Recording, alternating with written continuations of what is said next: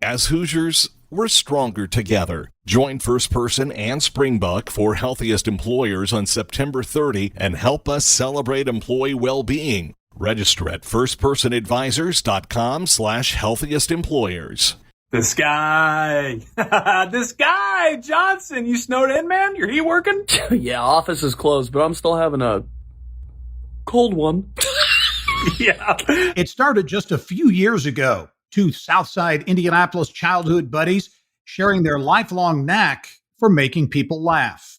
It gained steam fast. Joey Mulinaro shifted to sharing spot-on impressions of famous football figures like LSU football coach Ed Orgeron, Alabama's Nick Saban, and retired Colts quarterback Andrew Luck. All right, guys, wanted to take some time this morning to read a bit of passage from my new book, Flip the Script, Lessons Learned on the Way to a National Championship.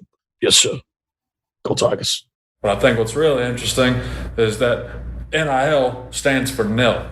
That's how I see it. Because if you're more focused on NIL and making money off your brand and doing things online instead of being my program, then that's what your playing time's going to be. Zero, nilch, nada. It's been interesting to have some downtime, not have to put my head in the playbook by any means. I know. His videos are now in the elite world of 1 million+ views worldwide. Get ready for a few belly laughs with Indianapolis social media sensation Joey Mulinaro on this edition of the Business and Beyond podcast.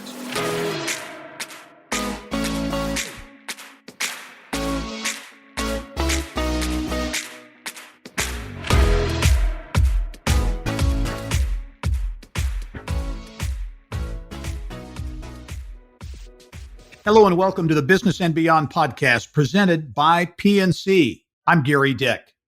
Rising social media comedian Joey Mulinaro grew up on the south side of Indianapolis. He went to St. Barnabas, Roncalli High School, a dynamic that runs deep within him. He was childhood friends with all 7 of his groomsmen in his wedding. Joey started college at Ball State, but transferred to the University of Indianapolis to finish his degree in communications. It was there where he says his career mindset completely changed after reading a quote about comedy in a book by David Letterman. He gave it a shot, and it is paying off in big ways. He's quickly become one of the biggest sports entertainment personalities on social media. And I'm pleased to be joined on the podcast this week by one of the premier figures on Barstool Sports, Indy's own, Joey Mulinaro. And Joey, welcome to the podcast. Hey, thanks so much for having me. It's surreal. I've been seeing you and watching you for a long time, being from Indy. So this is great to talk to you. Oh, that is awesome. I will tell you, I have enjoyed thoroughly watching your career really blossom. 320,000 plus Twitter followers, 157,000 on Instagram, 137,000 on TikTok. You can go on down the list. And you're getting love from some really cool people, Rich Eisen, Frank Caliendo. You talk about surreal. How does it feel? I mean, this thing is really blowing up for you. Yeah, I mean, just like I said, with you, I mean, those guys you mentioned, Rich Eisen, Frank, Kirk Herbstreit, Chris Collins. I mean, these are all prominent figures that I feel like I've known for a while in my life, just because I've watched them for so long, and they've been in my living room with me for so long, and now to hear positive feedback from them and go from people that I've watched and followed to now, I consider them kind of mentors and friends. It's just, you can't really say anything more than a dream come true, really. So it's insane. Well, you talk about being a mentor, and I think that's interesting. A guy like Frank Caliendo, I mean, when you look at impressionists or people, especially in the sports world, I mean, you look at that guy, and he is iconic. I mean, do you ever talk to him or exchange tweets or anything like that with him to pull maybe from some of his knowledge and some of his background? Definitely. Frank was one of the first people before I was even employed by Barstool. He was one of the first people that, like I said, kind of reached out to me and took me under his wing, because for a while there, like everybody likes to do on social media and in the world we live in, they like to, try to put two against each other. Oh, Frank, he's coming for your gig. Hey, yeah, blah blah.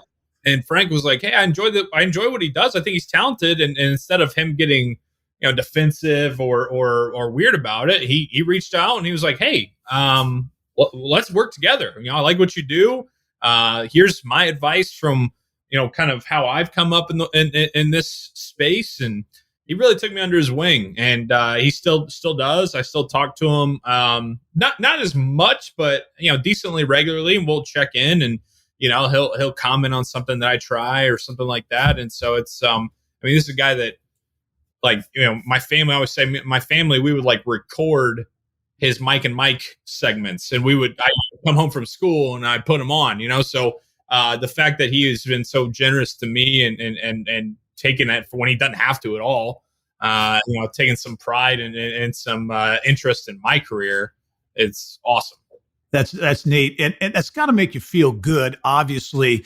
But does it also give you some, put a little fire in your belly, gives you that enthusiasm as you think about where you are, but where you're going and where you want to be? Does it kind of give you some motivation when you hear from and connect with people like that? Sure. Yeah. It's, I think with, each person that I form a new relationship with, or each person that I grew up a fan of or still am a fan of that, notices my work, it's kind of like you said, it's like, I check it off and I'm like, oh, that is so cool. But now what's the next thing that we can reach? What's the next milestone? What's the next person that we can form a relationship with? Not in terms of like chasing it, I guess, but just like, okay, like you said, there's still more on the bone there. You know what I mean? And it fires me up big time. A lot of people do impressions, but not a lot of people do them really well. How did it start for you in terms of doing impressions? Was it just like, a lot of people, you start mimicking people maybe at a young age and kind of goes from there? Yeah. I've said before, I've always been kind of like a living room impersonator, like a living room comic, like growing up with my family or with Christmas or whatever it was, or even with my friends in high school. I would mimic teachers or coaches, and I was always able to get a laugh out of people. And then so I was like, all right, this may be a nice little niche way to, because as in the media business, there's such big competition, and it's kind of how do you stand out? How do you make a name for yourself? And I was like, okay, this is a way to try to make a name for myself and get noticed without being a fool about it. There's all these hot take people now, and there's all these calls a ruckus. So I'm like, oh, I don't want to be that, but maybe if I can do this Andrew Luck impersonation, people will be like, oh, that's the guy who does it. And so that's really where it started. As you mentioned in the intro, Andrew Luck was the first, I'd say, like public person that I impersonated and then put out there to the world. And the first one that got some good feedback and everything like that. And then it just kind of started from there. What'd you think once you had the Andrew Luck bit out there and you started to get feedback? That give you a little confidence to say, hey, maybe this is something that can go somewhere. Definitely. Yeah, no, definitely. And then he decides to retire, obviously, which is a whole nother discussion. But so from there, I'm like, well, shoot, now I have to figure out what's next. I can't just be Andrew Luck guy. And so then that is where, the Coach Saban, the coach, I was kind of a perfect storm at the time because, LSU was having their undefeated, historic season, and Coach O just became a superstar himself. And so from that, I was able to really capitalize on the Saban Orgeron dynamic and ran with it from there. So I think it was Thanksgiving 2019 when you posted that first Saban deal. Describe that. Can you describe it in your Saban voice? Describe the video or describe describe that whole vibe. What was going on back then? You got it out, and people, I think it really, really exploded on the scene, didn't it? Yeah, well, it's too happy of a memory for Saban to remember it. He does, he's too grumpy. So I'll save Saban because he won't want to talk about that. He want to talk about the next play, how good you're going to be on your next opportunity. He wouldn't want to talk about something from the past. So yeah, it was interesting because so often with comedy or with entertainment or whatever, sometimes like you can't be afraid to fail, right? And so you got to just take a chance, and if it flops, it flops, and if it works, perfect. But you got to put it out there. And so that was kind of my mindset. I was like, I think this could be a funny idea, and I ripped it like the day before Thanksgiving. I put it out there the day before Thanksgiving and started to pick up some steam. I was like, oh, okay, cool. People like this. And then on Thanksgiving Day, that is really when all of a sudden, ESPN and Barstool and Sports Illustrated and all these different outlets were picking it up and posting it. And so it was just like the perfect storm of putting Coach Saban in a situation that you wouldn't normally see him in. And it was quick and it was timely. And I think it just landed the right way with people. Did you ever hear has Saban ever reacted to it? Because I'm telling you, a lot of people do, Nick Saban. No one does it like you. Are you getting a reaction? I haven't gotten one from Coach Saban, but I've become friends with his daughter, Kristen. She actually picked it up on Thanksgiving of that first one. And then so from there on, she's always either retweeted it or commented on it, and we've talked, personally, and so she's a big fan of it, and we have a relationship and everything. But I have not heard from Coach Saban.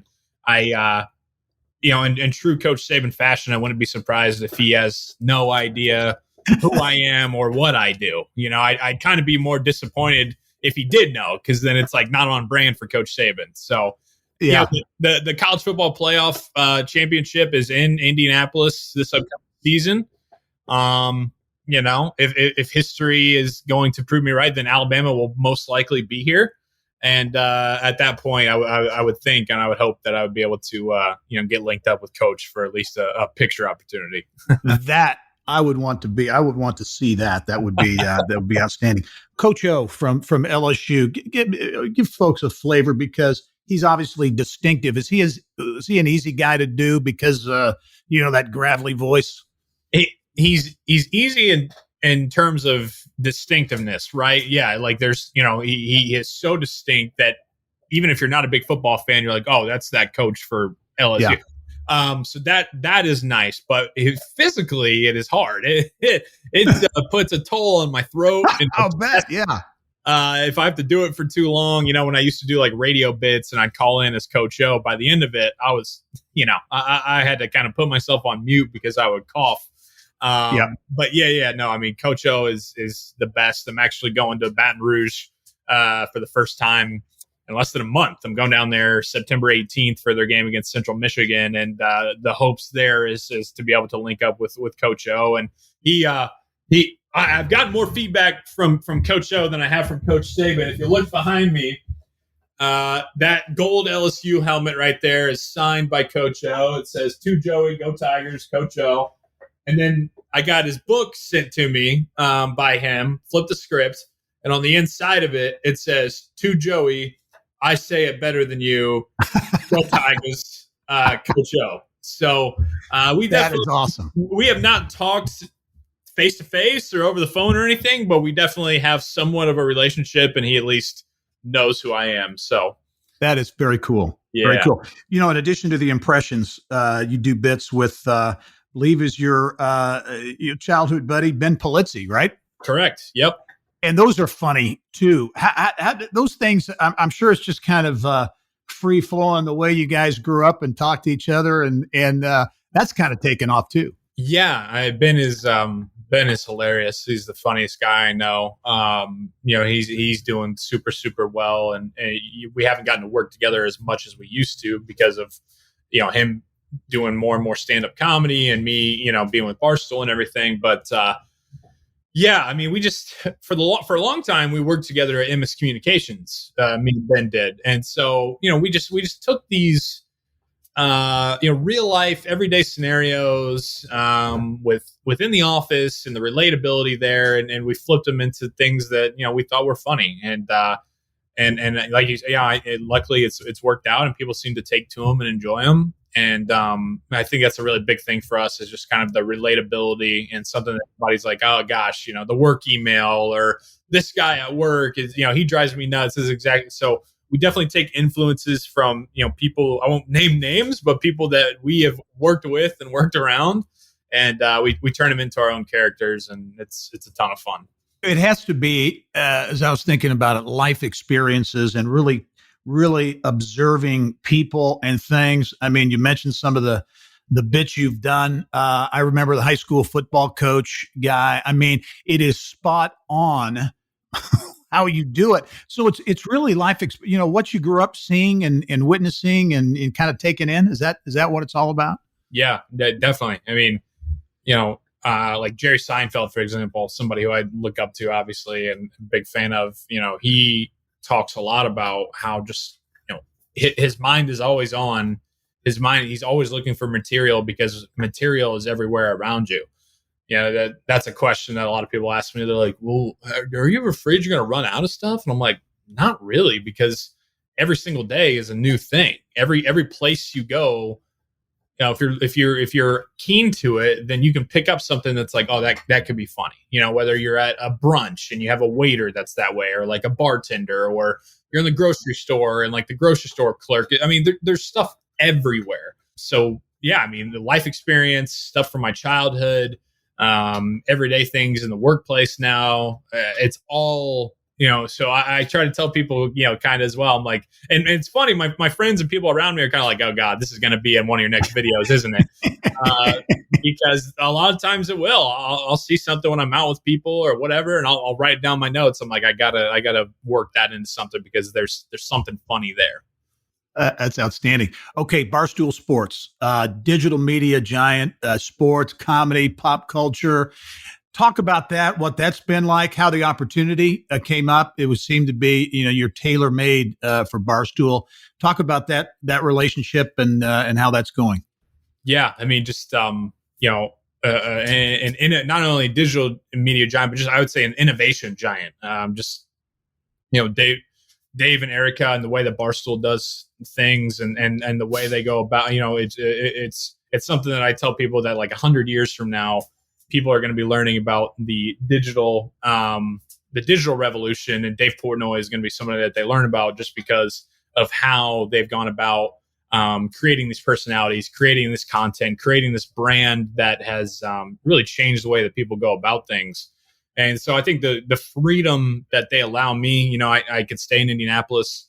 I can, pursue things like IndyCar. I can do my bits. I can, go up to Purdue for a day and make content out of that. As long as you're working, they're fine. And so it's really an innovative, a freeing place. And it's a hell of a place to work for. Now, you mentioned IndyCar. I'm sure you've been a fan for a long time growing up here. But that's really become a passion. It seems like it's become a passion of yours. Very big. Yeah. Very, over the last 5 or 6 years, I tell folks, I fell in love with the track and I fell in love with the 500 about 5 or 6 years ago. But over the last year or two is really when not just that, but the series as a whole, the drivers as a whole, I've been lucky enough with what I do and with my audience that I've been able to form relationships with and really become friends with a good amount of the guys. And that changes your aspect on it a lot too, is when not only is you're like, oh, I like this guy's car and I like this guy, how he drives. You like the person, you like the personality, then you get even more invested. So, I mean, I think that the sky's the limit, for IndyCar, and we've seen that with the TV deal that's coming up with NBC. Yep. New races that are being, brought up and striking new deals with. And the drivers are just so engaging and personable. I really, really love it. It's become a big part of my life. Yep.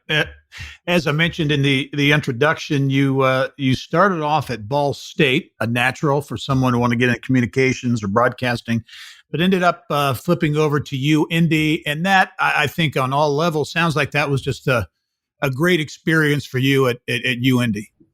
It was, and it's I had a really great time at Ball State. They have tremendous facilities, great resources. The David Letterman, but all the things like you said that you can think of. But it just wasn't the right fit for me, and I came back home to University of Indianapolis. And they also have, great resources and a really, really, really great radio program. And, the ability to not only, get on air as quickly as you do, get thrown in the fire as quickly as you do at a place like UND. But then also on top of that, while that's going on, you're 5 minutes away from downtown Indianapolis. So you have opportunities with MS Communications, with Wish TV, with, the Pacers, the Colts, all those things are right there, at your fingertips. And so it was just, it just worked out. It was a perfect marriage for me. And, like a lot of people say about their universities, I definitely wouldn't be where I am today without what I learned in my experience at UND. That's good stuff. Did a lot of stuff while you were in college to position yourself for success coming out, but things didn't necessarily work out to plan, at least immediately. We'll talk about that in a minute, Joey. But first, we do a thing we call the 2-minute drill, where we ask some quick questions of our guest. Are you up for the task? Let's do it. Yeah. Okay. Yeah. Favorite comedian? Do you have a favorite comedian? Adam Sandler, Dave Chappelle. Those are two of my tops. At this point, and maybe it's tough to pick one, do you have a favorite person, coach or otherwise, to imitate? Do you have a favorite? I really enjoy Chris Collinsworth and Jimmy Fallon. Those are two of my favorites that I really, really always have fun doing. Good stuff. How about a favorite teacher growing up? I know it's Denton back there. Is she thinking Mrs. Jaffe? Mrs. Jaffe in 8th grade was definitely one of them. I was really lucky. I mean, I know we're supposed to go quick here, but I just had too many. You know what I mean? I can't pick one because I was really blessed to have really great relationships with a lot of teachers. So if I had to pick one, I'd say Phil Milroy, probably my speech teacher my senior year around college. All right. And mentors, similar. I know you've had many. If you talk about a non-family mentor, if you had to pick one who's really been especially important to you, who might that be? Shoot. I guess, maybe Ben Polizzi. I mean, okay. Yeah, not only is a friend, but he's a mentor in terms of, just bouncing ideas off of and kind of always pushing me to, keep going and reaching for as high as I can get. So, yeah, I'd say Ben. Okay. How about the person you would love to do an imitation of that you've yet to do? Can you give us a little preview? Maybe somebody you're kind of eyeballing that may be out on the horizon? Yeah, Jim Harbaugh is a popular one that I get off the college football season. He's tough to do. I'd say one that I've kind of done before, another Indiana boy, Adam Driver, the actor. Yeah. I think there's definitely something there that I've toyed with before, but I think if I can nail that one, that would be big. Okay, final one. Do you have a favorite way to relax? Yeah, it's probably counterintuitive, but I love watching Dateline with Keith Morrison. I know that most of the stories are, about something terrible, horrific, and like a murder. But so just anything with Keith Morrison, the dude is a legend, and he just now you've got to do a Keith you've got to do an imitation of him, right? I've done a character similar to him. I mean, Keith definitely has that distinctive cadence and the way he talks. But yeah, I mean, I love to just like wind down the night, sit back, throw on some Dateline with Keith, and I just, that kind of like takes me out of the world. I love it. Yeah. Okay. Great job, Joey, with the 2-minute drill. And we'll have much more with Indy's own Joey Mulinaro, including how his career began, how it all started. That's when the Business and Beyond podcast returns.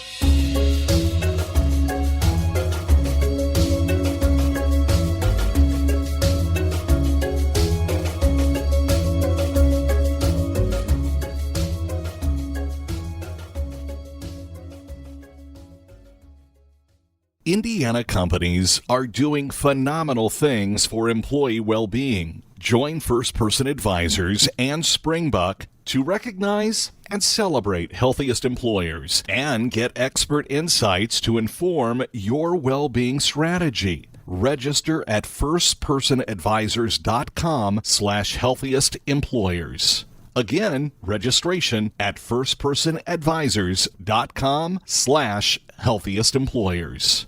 Welcome back to the Business and Beyond podcast presented by PNC. My guest this week, Indy's very own Joey Mulinaro, social media comedian, really taking social media by storm and on a national stage at Barstool Sports and more. And Joey, you are an Indianapolis guy, South Side, Catholic family. Give me the the scoop. Roncalli, St. Barnabas. Give me the Joey Mulinaro growing up story.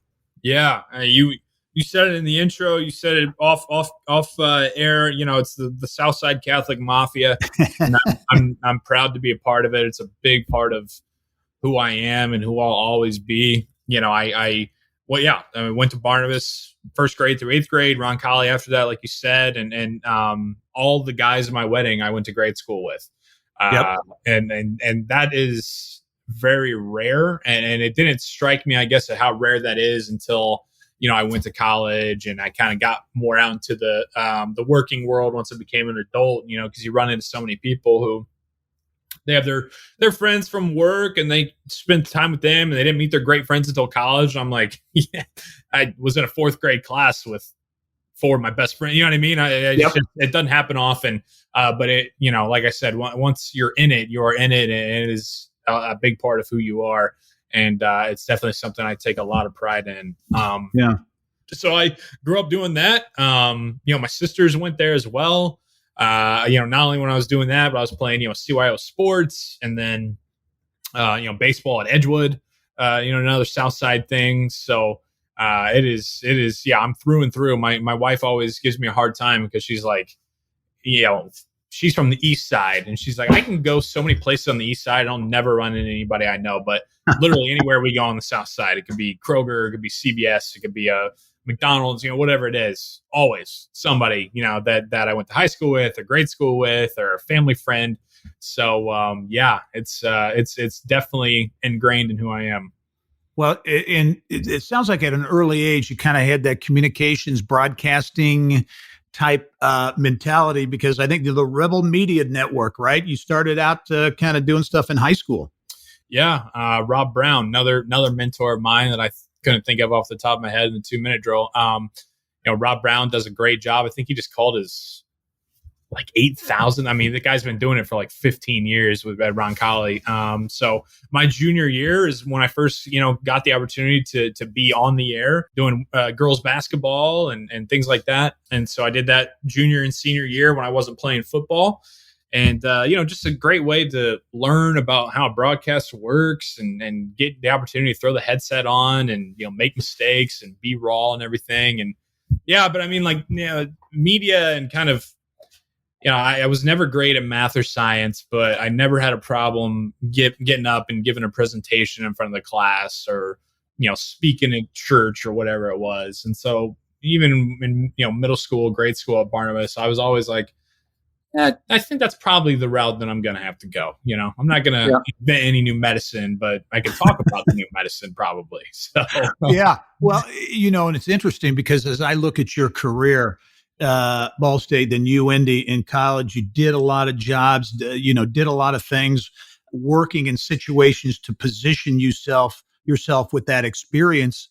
Once you got out, I mean, I think about my career. I did the same thing in college. I worked all the time trying to get that experience to say, hey, when I graduate, I'm going to get that job right away. So you were positioned well, but it didn't happen right out. You describe it as maybe kind of a rude awakening kind of right out of college. Yeah, gosh, you know, just like you said, I mean, I was giving up weekends all the time, busting my rear end, trying to do every opportunity I could in any media aspect. And just so, you know, because in my thought, I was like, oh, shoot, I'm gonna graduate school and I'm going to have people lining up to try to hire me, you know, and that did not happen at all. It was tough going for a good while, but it was always, you know, with support of somebody like Ben Polizzi, support of my family, my now wife, and then that desire, that itch, that passion within here that just kept me going and saying, you know, all right, I can't give up on this. I got to keep going.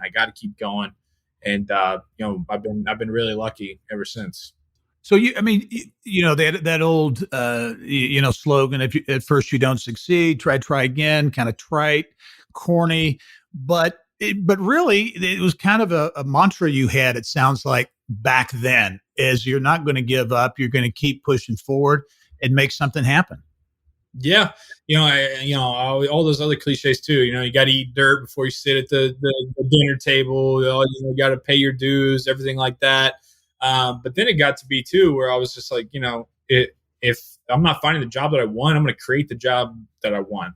And the way I did that was just by branching out on my own with Ben as well, and creating things on the side, and kind of just like, hey, I'm going to keep doing this. I'm going to keep getting noticed, and we're going to keep getting noticed until somebody who, signs checks or whatever is like, I like these guys, I'm going to do it. And that was always, I think finding your purpose or what you think your purpose is in life is key. And, that could be a multitude of different things for a multitude of different people. But for me, it was like, hey, I want my mark here to be making people laugh and making people smile. And that's what I kept going after.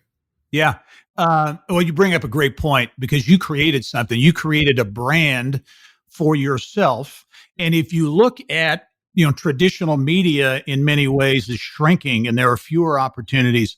But the internet, social media, those kinds of things present new opportunities for people. And you were able to seize on that. Talk about that and the opportunities and the things that you learned in the process of kind of creating that niche, creating that brand for yourself.